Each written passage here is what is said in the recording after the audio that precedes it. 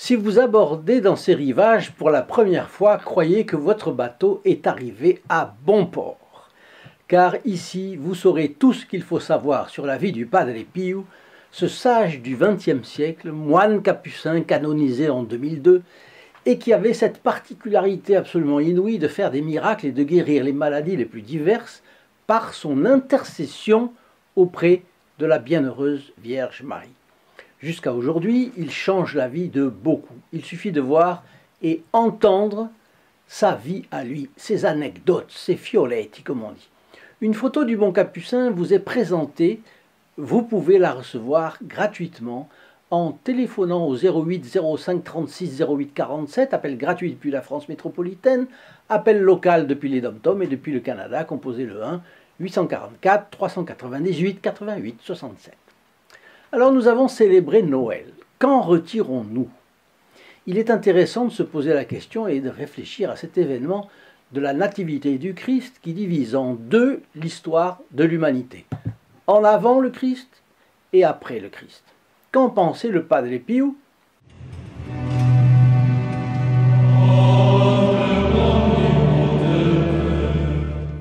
Chers amis fidèles du Padre Pio, bonjour, mon nom est Jean Goyard et vous assistez au programme Sur les pas du Padre Pio. Aujourd'hui, quelques pensées du Padre Pio à propos de Noël. Plus exactement, 6 réflexions du Padre Pio sur Noël. Ce sont 6 pensées toutes bien calibrées par notre bon capucin et je vous recommande spécialement la 6e. Vous comprendrez vite pourquoi.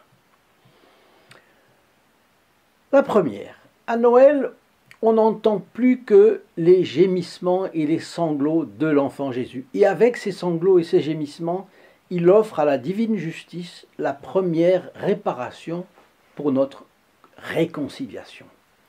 Pour ma part, j'ai été très touché par cette idée du Padre Pio que les sanglots de Jésus dans la crèche représentaient la première réparation qu'il offrait à son Père pour notre réconciliation avec lui. Et qu'en pensez-vous ? Dites-moi ce que vous en pensez, ça m'intéresse. Deuxième réflexion du Padre Pio. Jésus appelle les pauvres et les simples bergers par l'intermédiaire des anges pour se manifester à eux. Il appelle les sages par l'intermédiaire de sa propre science. Et tous, sages et bergers, mus par l'influence intérieure de sa grâce, accourent à lui pour l'adorer. Il nous appelle tous avec ses divines inspirations et se communique à nous par le moyen de sa grâce.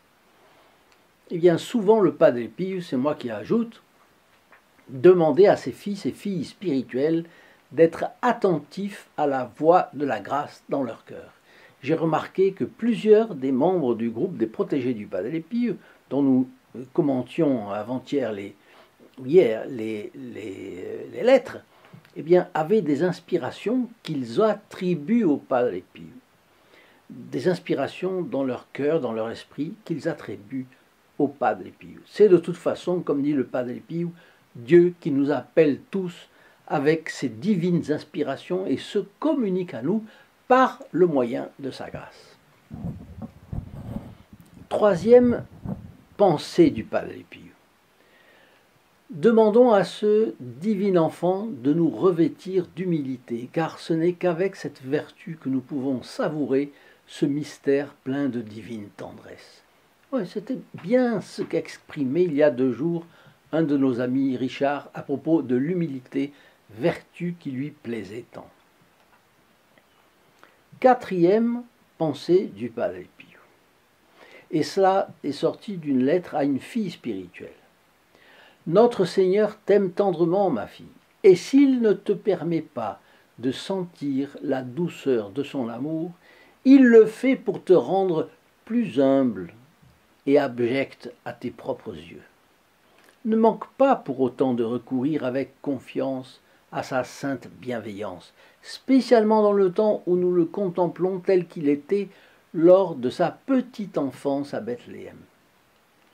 Dans quel but, en effet, prend-il cette douce et aimable condition d'enfant, sinon pour nous entraîner à l'aimer avec confiance et à avoir en lui une amoureuse confiance? Alors le pas d'épi montre ici combien la vertu ne dépend pas de ce que l'on ressent. Au contraire, les saints ont eu des épreuves de sécheresse spirituelle, parfois terribles. Et notre bon capucin montre ici que cela correspond à un plan de Dieu sur la personne. Il ajoute cela que je trouve très beau aussi. Jésus prend l'humble condition d'enfant pour nous entraîner à l'aimer avec confiance et avec une amoureuse confiance. Oui, parce que lorsqu'on voit Jésus sous la forme d'un bébé, finalement, eh bien, on s'émeut. On a la nostalgie de Noël d'autrefois, évidemment. Et tout cela joue, tout cela concourt pour avoir confiance en lui. Au fond, on se met un petit peu à la place de l'enfant et on voit qu'il fait confiance totalement à sa mère. Faisant confiance totalement à sa mère, il nous entraîne nous-mêmes à avoir totalement confiance à notre mère dans le ciel. La cinquième pensée du Padre Pio est très intéressante aussi. Voyez cela. Toutes les fêtes de l'Église sont belles. Pâques, bien sûr, qui est la glorification de notre Seigneur Jésus-Christ. Mais Noël contient une tendresse, une douceur innocente, enfantine aussi, qui prend mon cœur tout entier. La douceur innocente que ressentait le Padre Pio résulte d'une grâce présente à Noël, par les desseins de Dieu, plus perceptible des enfants que des adultes, parce que les enfants n'ont pas encore commis les péchés des adultes. Et en remontant de 100 ans dans le temps, c'est-à-dire il y a 100 ans d'ici, eh bien des écrits témoignent avec art de l'ambiance de Noël, avec une capacité d'interprétation et d'expression qu'on envierait volontiers à cette époque. Le mot innocence est emprunté au latin innocentia, qui signifie demeures irréprochables. L'innocence s'oppose à l'égoïsme, elle a une grande facilité à admirer ce qui est admirable et à combattre ce qui doit être combattu. Les saints étaient innocents ou avaient récupéré l'innocence. Ils admiraient tout ce qui était admirable, et en particulier Dieu et l'Église dans toutes ses facettes, dans toutes leurs facettes. Et puis, le combat, ils étaient combatifs. Rappelez-vous que notre Seigneur Jésus-Christ nous a bien dit, revêtez-vous du casque, de la cuirasse, de la ceinture, de l'épée. Il faut combattre contre soi-même. C'est le premier ennemi que nous avons, c'est nous-mêmes, évidemment. Une chose à laquelle les personnes souvent ne pensent pas. Le premier ennemi de Jean Goyard, c'est Jean Goyard, évidemment. Un bel exemple d'innocence, c'est Sainte Thérèse de l'Enfant Jésus, celle qui se sentait l'âme d'un prêtre, d'un missionnaire, d'un croisé. Et c'est pourquoi le Christ est appelé l'agneau de Dieu, représenté tel quel depuis les premiers temps du christianisme, dans les mosaïques du chœur de bien des églises de l'époque, et puis sur la porte de maint tabernacle. Parmi les images que Dieu a mis de lui-même dans la nature, il y a évidemment celle de l'agneau. L'agneau, seul animal qui se laisse conduire à la boucherie sans protester, le mouton pareil, et auquel est accolée en plus la couleur blanche de la laine du jeune agneau. Pour offenser Dieu, mes enfants, pour perdre l'innocence et mériter l'enfer, il n'est pas nécessaire de faire aucune action déshonnête. Le désir seul est un crime. C'est ce que disait dans un livre « Explication historique, dogmatique, morale, liturgique et canonique du catéchisme » l'abbé Ambroise Guillois. 10e édition, tome 2. Je vous donne la source où nous l'avons trouvée en bas. Nous avons parlé d'innocence et d'égoïsme. L'égoïsme s'opposant à l'innocence, l'innocence s'opposant à l'égoïsme. L'innocence est capable de sacrifice, l'égoïsme non. Bien. L'égoïsme n'est-il pas le grand péché de l'Occident de nos jours? Certains mettent leur égoïsme dans l'or, c'est-à-dire la fortune. D'autres choisissent d'avoir l'influence politique, d'autres choisissent, chacun fait ce qu'il peut, des voitures neuves. D'autres préfèrent le confort et la tranquillité, d'autres encore la médiocrité, bien. Mais tous, finalement, choisissent de se mettre au service de leur égoïsme. Et l'égoïsme aujourd'hui, c'est terrible. L'égoïsme, c'est... Il n'y a pas moyen de bouger l'égoïsme. Et l'égoïsme est à la base de l'indifférence. Cette indifférence, par exemple, on parle du Padre Pio où les gens restent comme des zombies. Non, ça leur passe au-dessus. Ils ne veulent pas savoir. Et cette indifférence, c'est, je dirais, si notre ennemi premier, c'est nous-mêmes, notre deuxième ennemi, c'est l'indifférence. Et que penseriez-vous d'une campagne qui, justement, lutte contre l'indifférence et contredise l'égoïsme généralisé pour mieux propager la vie du Padre Pio? Je suis en train de penser aujourd'hui à cela. À l'occasion de Noël, plusieurs ont diminué l'aide qu'ils apportaient à la chaîne pour pouvoir faire des cadeaux de famille, parce que nos donateurs ne sont pas des nababs, loin de là. Du coup, est-ce que d'autres ne pourraient pas parrainer ceux qui font moins en faisant plus? Quelqu'un qui apporte 30 à la chaîne, pourrait-il apporter désormais 60? Celui qui soutient avec 50, pourrait-il soutenir avec 100? Celui qui donne 100, pourrait-il donner 200? Je vous donne un exemple. Certains nous ont demandé de créer une communauté WhatsApp. Ce serait intéressant. Et l'idée est bonne, évidemment. Mais il faudrait avoir quelqu'un qui l'anime, qui réponde, qui ait des initiatives. Autrement dit, quelqu'un qui établisse la discussion. Parce que WhatsApp, c'est une boîte de dialogue, en fin de compte. Cela ne saurait être immobile, ennuyeux. Il faut de l'entrain, du charme, de la verve. Et comment trouver la personne idoine? Il conviendra de trouver un bénévole avec les capacités nécessaires. Cela prendra du temps et occasionnera des frais. Dans un deuxième temps, il faudra défrayer ce bénévole, parce qu'on ne peut pas lui demander de payer de sa bourse en plus de payer de sa personne. Bien. Nous avons besoin de plus de moyens. D'un autre côté, ce qu'on donne pour les âmes compte tellement plus que ce qu'on donne pour les corps, n'est-ce pas? Le bien commun des âmes est capital aujourd'hui. Comment ne pas s'en rendre compte? Et notre grand ennemi, là, sur ce plan, c'est l'indifférence. Alors je sais que vous n'êtes pas indifférent, vous qui regardez. Évidemment, vous n'êtes pas indifférent. Mais alors, je fais un appel à celui qui peut et qui s'en sentira l'inspiration. Et puis le Padre Pio récompensera chacun beaucoup plus que ce qu'on peut imaginer. Alors je vous ai dit que je vous signalais surtout la 6e pensée du Padre Pio qui a été choisie aujourd'hui. Et vous allez voir pourquoi je l'ai choisie. Parce qu'elle est profonde. Elle est plus profonde. Et elle est plus haute également. Alors, qu'est-ce que c'est? Notre justification est un grand miracle que la Sainte Écriture compare à la résurrection de notre divin Maître. Alors, voyez bien ce que dit le Padre Pio. Notre justification, qu'est-ce que c'est que la justification dans le sens le plus littéral? Eh bien, de criminels, le Christ nous a en effet rendus justes aux yeux de Dieu. Et nous sommes restés justes tant que nous n'avons pas commis nos péchés, évidemment.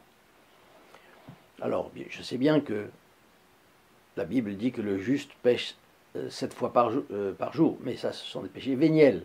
Donc, ce qui vraiment ruine la vie d'un homme, c'est le péché mortel. Bien. Alors, le Padre Pio dit, notre justification est comparée par la Sainte Écriture, je ne l'ai pas remarqué moi-même, je lui fais confiance, évidemment, à la résurrection de notre Seigneur. Pourquoi?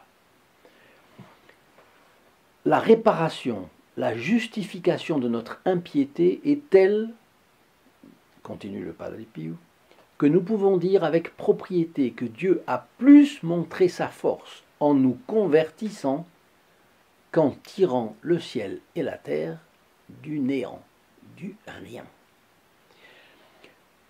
car il y a plus d'opposition entre la grâce et le pécheur qu'entre l'être et le néant.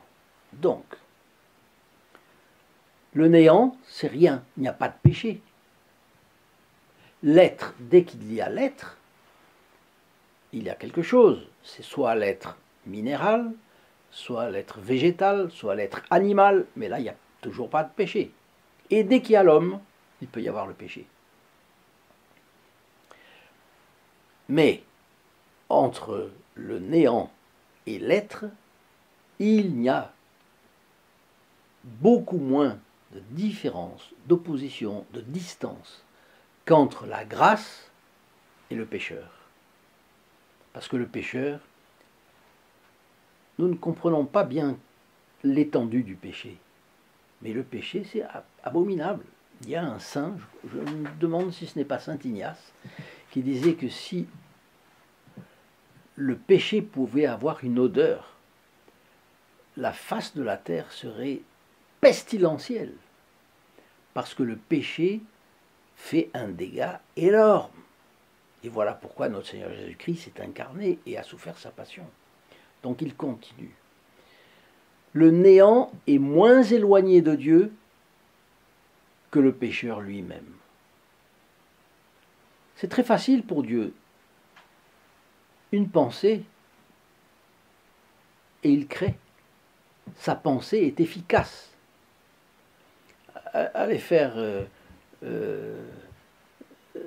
Allez souhaiter que soit créé quelque chose et voyons si ça fait. Votre pensée est inefficace. La pensée de Dieu, elle est efficace. Et le néant est donc moins éloigné de Dieu que le pécheur lui-même. Et on comprend ce que disait tout à l'heure le Padre Pio. Donc l'Écriture compare